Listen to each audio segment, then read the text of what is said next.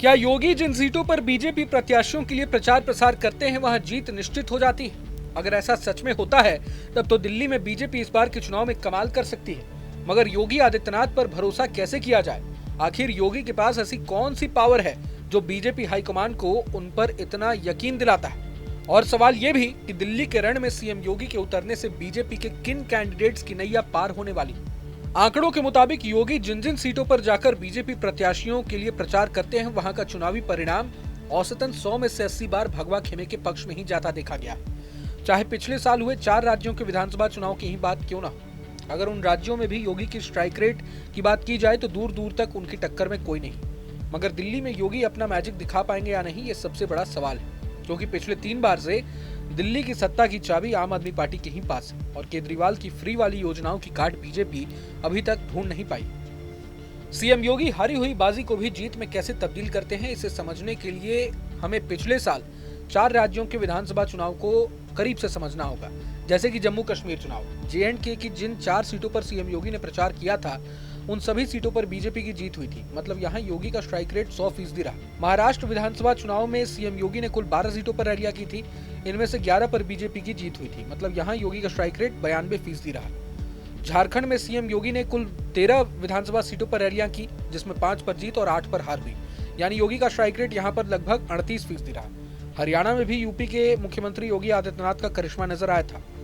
14 सीटों पर सीएम योगी आदित्यनाथ ने प्रचार किया था, उनमें से 9 पर बीजेपी ने जीत दर्ज की थी, मतलब हरियाणा में योगी का स्ट्राइक रेट 64% रहा। अब जिस तरह योगी ने बीते चुनाव में अपना योगदान दिया है, इससे अब सभी की नजरें दिल्ली में भी योगी पर ही टिकी हुई है। बहरहाल दिल्ली चुनाव में योगी का स्ट्राइक रेट क्या रहेगा ये तो परिणाम के बाद ही पता चलेगा, लेकिन अब दिल्ली की 70 में से जिन सीटों पर सीएम योगी की जनसभाएं होनी है उन सीटों के बारे में भी जान लेते हैं। किराड़ी, करोलबाग, जनकपुरी, शाहदरा, घोंडा, उत्तम नगर, द्वारका, पटपड़गंज, बिजवासन, पालम, राजेंद्र नगर, ये वो विधानसभा सीटें हैं जहां प्रचार की कमान सीएम योगी के हाथों में। जानकारी के मुताबिक दिल्ली की जिन सीटों पर सीएम योगी की जनसभाएं होनी है वहां पूर्वांचली वोटर्स की तादाद भी अच्छी खासी संख्या में है। अब जिन जिन सीटों पर सीएम योगी की जनसभाएं हो रही हैं वहां के कैंडिडेट्स के बारे में भी जान लेते हैं।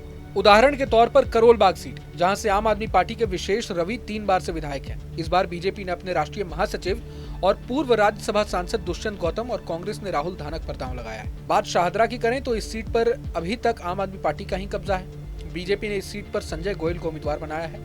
आम आदमी पार्टी की तरफ से जितेंद्र सिंह शंटी, तो वहीं कांग्रेस की तरफ से जगत सिंह मैदान में। पटपड़गंज सीट से इस बार आम आदमी पार्टी से अवध ओझा, बीजेपी से रवि नेगी और कांग्रेस से अनिल चौधरी मैदान में।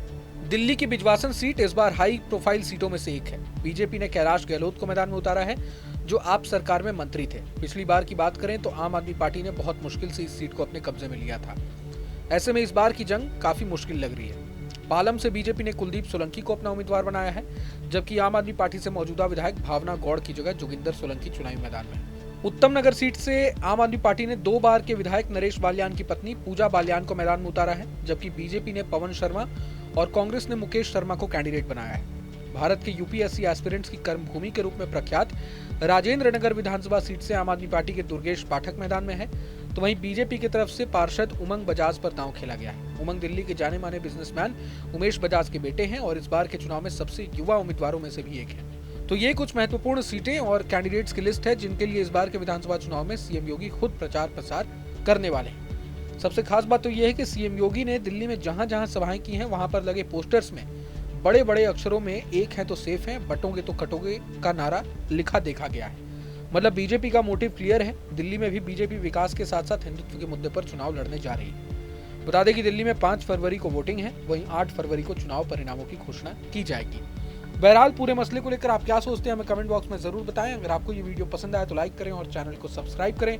वहीं तमाम बड़ी खबरों के लिए देखते रहें न्यूज नेशन। न्यूज नेशन अब व्हाट्सएप पर खबरों के ताजा अपडेट के लिए न्यूज नेशन के इस QR कोड को स्कैन करें।